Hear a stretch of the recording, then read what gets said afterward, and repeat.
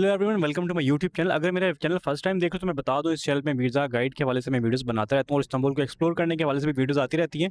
अगर एक्सप्लोर करने के हवाले से वीडियोस अगर देखना चाहते हो तो मेरी प्लेलिस्ट पड़ी है, वहाँ पे देख लो। अगर वीज़ा गाइड के हवाले से देखना चाहते हो तो ये वीडियो अभी मैं बना रहा हूँ। और ये वीडियो स्पेशली उन लोगों के लिए है जिन्होंने मेरी पिछली वीडियो पे बहुत सारे कमेंट किए और मुझे बोला है कि भाई नेक्स्ट वीडियो आप बनाओ कि कम बजट के अंदर आप तुर्की आ कैसे सकते हो। ठीक है, कुछ चीज़ें मैंने बताई थी लेकिन कुछ चीज़ें मैंने वहाँ पे नहीं बताई, क्योंकि मुझे मुझे पहले जानना था कि यार आप लोग इंटरेस्टेड हो भी कि नहीं, क्योंकि बहुत सारे लोग जो है सिर्फ वो जो है फॉर ग्रांट ले रहे होते हैं चीज़ों को, खाली इन्फॉर्मेशन ली बस उसके बाद भूल गए। लेकिन अगर तो आप सीरियस हो तुर्की आने के लिए, तुर्की क्या आप वट किसी भी कंट्री अगर आप जाने के लिए सीरियस हो तो इस वीडियो को ध्यान से देख लो। ए टू जी दोबारा से मैं एक प्रॉपर डिटेल बताने लगा हूँ। इसमें चीज़ें स्किप मैं नहीं करूँगा। स्टेप नंबर 1 से लेके लास्ट स्टेप तक मैं सारी चीज़ें इसमें बताऊँगा। अच्छा जी, सबसे पहले तो अपने डॉक्यूमेंट, जितने भी एजुकेशनल डॉक्यूमेंट है, बहुत सारे लोग कन्फ्यूज़ थे कि भाई हमने कौन से डॉक्यूमेंट हमें चाहिए, डॉक्यूमेंट रिक्वायर्ड कौन से हैं, मार्कशीट क्या होती है, डिग्री क्या होती है। तो यार आप लोगों का मैट्रिक, इंटरमीडिएट और आपका जो बीएस की जो डिग्री है ना, डिग्री वो होती है जो आपको बोर्ड से इशू होती है, उसके ऊपर आपकी डिटेल मार्कशीट लगी हुई होती है, डिटेल मार्क्स उसके ऊपर मेंशन होते हैं। तो उस वो वाली आपकी जो है वो चाहिए। ठीक है, इंटर की भी वही चाहिए, आपकी मैट्रिक की भी वही चाहिए, आपके बोर्ड्स ऑफ इंटरमीडिएट से या आप अगर फेडरल बोर्ड से हो तो वहाँ से आपको मिल जाती है वही इजीली। ठीक है, वहीं से आपने अटेस्ट भी करवानी है फर्स्ट ऑफ ऑल, और उसके बाद फिर आईबीसीसी का और मूफा का स्टेप होगा। ठीक है, और रही बात आपकी बीएस की डिग्री की, बीएस की डिग्री आपकी सबसे पहले एचईसी से रिकग्नाइज होती है। वो आपको वेरीफाई करते हैं एचईसी वाले, और एचईसी से वेरिफिकेशन के बाद मूफा से होती है। अब बहुत सारे लोग इसमें भी कंफ्यूज थे कि यार ट्रांसक्रिप्ट हम लेके जाएं या फिर हम डिग्री लेके जाएं। तो यार जिस टाइम आप लोग डिग्री करते हो ना, तो आपको ट्रांसक्रिप्ट भी मिलती है, आपको सर्टिफिकेट भी मिलता है। ठीक है, सर्टिफिकेट और ट्रांसक्रिप्ट दोनों रिक्वायर्ड होती हैं। आपकी तुर्की के आप किसी भी कंट्री में अगर आप अप्लाई करते हो तो ट्रांसक्रिप्ट और सर्टिफिकेट दोनों ही रिक्वायर्ड होता है। ठीक है, अब ये बात यहाँ पे क्लियर होगी।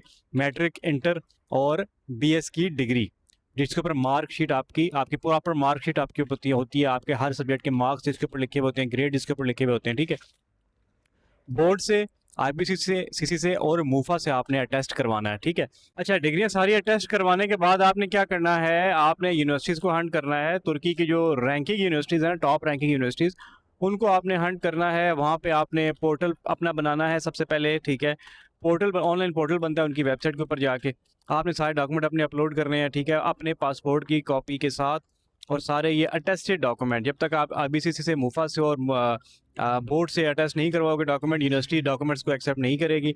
यूनिवर्सिटी से जब आपने एक्सेप्टेंस लेटर ले लिया, सबसे पहले आपको मिलता है ऑफर लेटर। ठीक है, ऑफर लेटर आपको जब मिलेगा यूनिवर्सिटी से, वो आपको डॉक्यूमेंट सबमिशन के बाद आपको मिल जाएगा। अब बात करते हैं पैसों की कैलकुलेशन की। ठीक है, आपने यूनिवर्सिटी में अप्लाई कर दिया, यूनिवर्सिटी में अप्लाई करने के बाद आपको ऑफर लेटर आ गया। ऑफर लेटर आने के बाद आपने यूनिवर्सिटी की इनिशियल फ़ी जमा करवानी, जो कि बनती है $1000। ठीक है, तकरीबन 2,80,000 या 3 लाख रुपया पाकिस्तानी। ठीक हो गया, जब वो आप जमा करवा दोगे बैंक में, और तकरीबन 1 दिन का टाइम लगता है और यूनिवर्सिटी तक फ़ीस पहुंच जाती है। जब यूनिवर्सिटी तक फ़ीस पहुंच जाती है ना, तो जब आपने क्या करना है, उसके बाद यूनिवर्सिटी आपको शो करती है ऑफर लेटर, आपको इशू करती है आपके ईमेल एड्रेस के ऊपर। ठीक है, एक्सेप्टेंस लेटर जब आपके पास आ जाता है ना, उसके बाद फिर आप वीज़ा फाइल कर सकते हैं। आपने प्रॉपर फाइल बनानी है, प्रॉपर फाइल बना के आपने एम्बेसी में, एनातोलिया ऑफिस जाना है, इस्लामाबाद में ऑफिस है, ब्लू एरिया में, और वहाँ पे आपने अपनी फ़ाइल प्रॉपर जमा करवा देनी है। ठीक है, जिन लोगों को नहीं पता अभी चीज़ों को, जिनकी स्किप हो रही है, जिनको समझ नहीं आ रही प्रॉपर्ली, मेरी बाकी वीडियोस मैंने डिटेल में बनाई हुई है। डॉक्यूमेंट अटेस्ट कैसे करवाने हैं, वीज़ा फाइल कैसे करना है, और वो भी आप देख लो प्लेलिस्ट में जाके। ठीक है, और यहाँ पे भी मैं बता दूंगा, अगर चीज़ें समझ आ गई तो अच्छी बात है, वरना डिटेल वीडियो जो है वो वहाँ पे मेरी प्लेलिस्ट में जाके देख लो। तो एक्सेप्टेंस लेटर जिस टाइम आप जमा करवा दोगे एम्बेसी में, अब हाई रैंकिंग यूनिवर्सिटी का फ़ायदा क्या होता है? हाई रैंकिंग यूनिवर्सिटी का फ़ायदा ये होता है कि वो वीज़ा सपोर्ट लेटर भी आपको इशू करती हैं। जब एक्सेप्टेंस लेटर आपका आ जाता है, आप उनको ईमेल पे रिक्वेस्ट करो कि मुझे वीज़ा सपोर्ट लेटर भी मुझे चाहिए, तो वो क्या करेंगी, वीज़ा सपोर्ट लेटर आपको भी भेजेंगी, और जो तुर्की एम्बेसी जो पाकिस्तान में है उसको भी वो ईमेल करेंगी। अच्छा, हाई रैंकिंग यूनिवर्सिटी सेलेक्ट करने का फ़ायदा मैंने आपको बता दिया है। और अब प्रोसेस ये है कि देखो, आपने जब डॉक्यूमेंट जमा करवा दिया एनातोलिया ऑफिस में एक्सेप्टेंस लेटर आने के बाद, तो एनातोलिया वाले आपसे लेते हैं 68,000 या 70,000, जिसमें आपका टिकट की एटनरी, कंफर्म टिकट नहीं होता, वो डमी टिकट होता है, और आपकी जो 2 मंथ की इंश्योरेंस है वो भी आपके करते हैं, टेम्प्रेरी होटल रेजिडेंस आपकी जो बुकिंग है वो भी कर लेते हैं एनातोलिया ऑफिस वाले। फिर आपकी फ़ाइल जमा करवा देते हैं एम्बेसी में। एम्बेसी से जब आपका वीज़ा आ जाता है तो यहाँ तक आपका खर्चा होता है 3,68,000। 3,68,000 यहाँ पे आपको वीज़ा मिल जाता है इन प्राइस के अंदर। ठीक है, अब प्रोसेस ये है कि आप आप तुर्की ऑब्वियसली ट्रैवल करोगे। तुर्की ट्रैवल करने के लिए आपको टिकट करवाना है। टिकट आप जब करवाओगे तो कोशिश करो कि 1 महीना पहले टिकट करवाओ।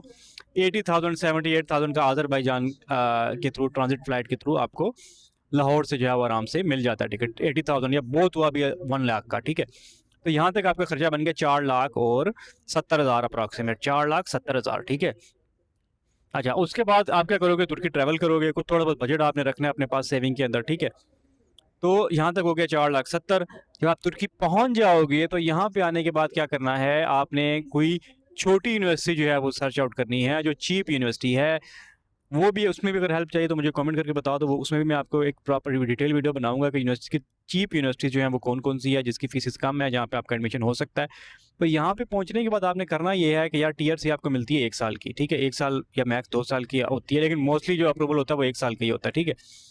तो 4,70,000 में इंक्लूडिंग टिकट आप आ जाओगे तुर्की। तुर्की आने के बाद आपने क्या करना है, एसोसिएट प्रोग्राम में आपने एडमिशन लेना। यहाँ पे एसोसिएट प्रोग्राम का आपको फ़ायदा ये होगा कि आपकी होगी फ़ीस कम, आपका टीआरसी बन जाएगा और यहाँ पे आप जॉब कर सकते हो। हाँ, अगर कोई बंदा है कि वो बोल रहा है कि भाई मैंने पढ़ाई ही करनी है, मैंने मास्टर्स में ही एडमिशन लेना है, मैंने बीएस में ही एडमिशन लेना है और मैंने बहुत पढ़ना है, तो उसके लिए उसकी मर्ज़ी है।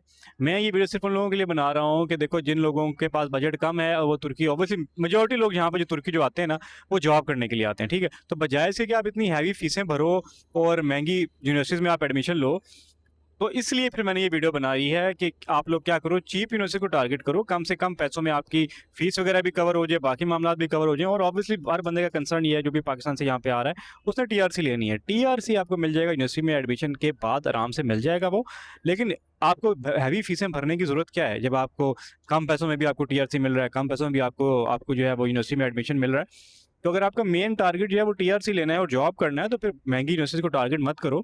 एसोसिएट प्रोग्राम में आराम से एडमिशन लो और उसके बस बेस पे आपको टीआरसी मिल जाएगी और टीआरसी बेस पे आप आराम से यहाँ पे रहो और जॉब वगैरह करो। हाँ जी, अगर बातें मेरी समझ में आई हैं, सारी जो चीज़ें मैंने आपको बताई हैं वो समझ में आ गई हैं, तो मुझे कमेंट करके मुझे बता दो। नहीं समझे तब भी बताओ, ताकि मैं मज़ीद डिटेल में, आसान वर्डिंग में, अब ऑलरेडी मैंने बहुत आसान वर्डिंग में मैंने चीज़ें समझाई हैं।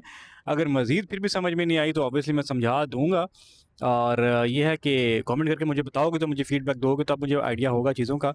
तो अब मिलेंगे नेक्स्ट वीडियो में किसी और इन्फॉर्मेटिव चीज़ के साथ, मज़ीद इन्फॉर्मेशन के साथ। तब तक के लिए अपना बहुत ख्याल रखो, दुआ में याद रखो। अल्लाह हाफ़िज़।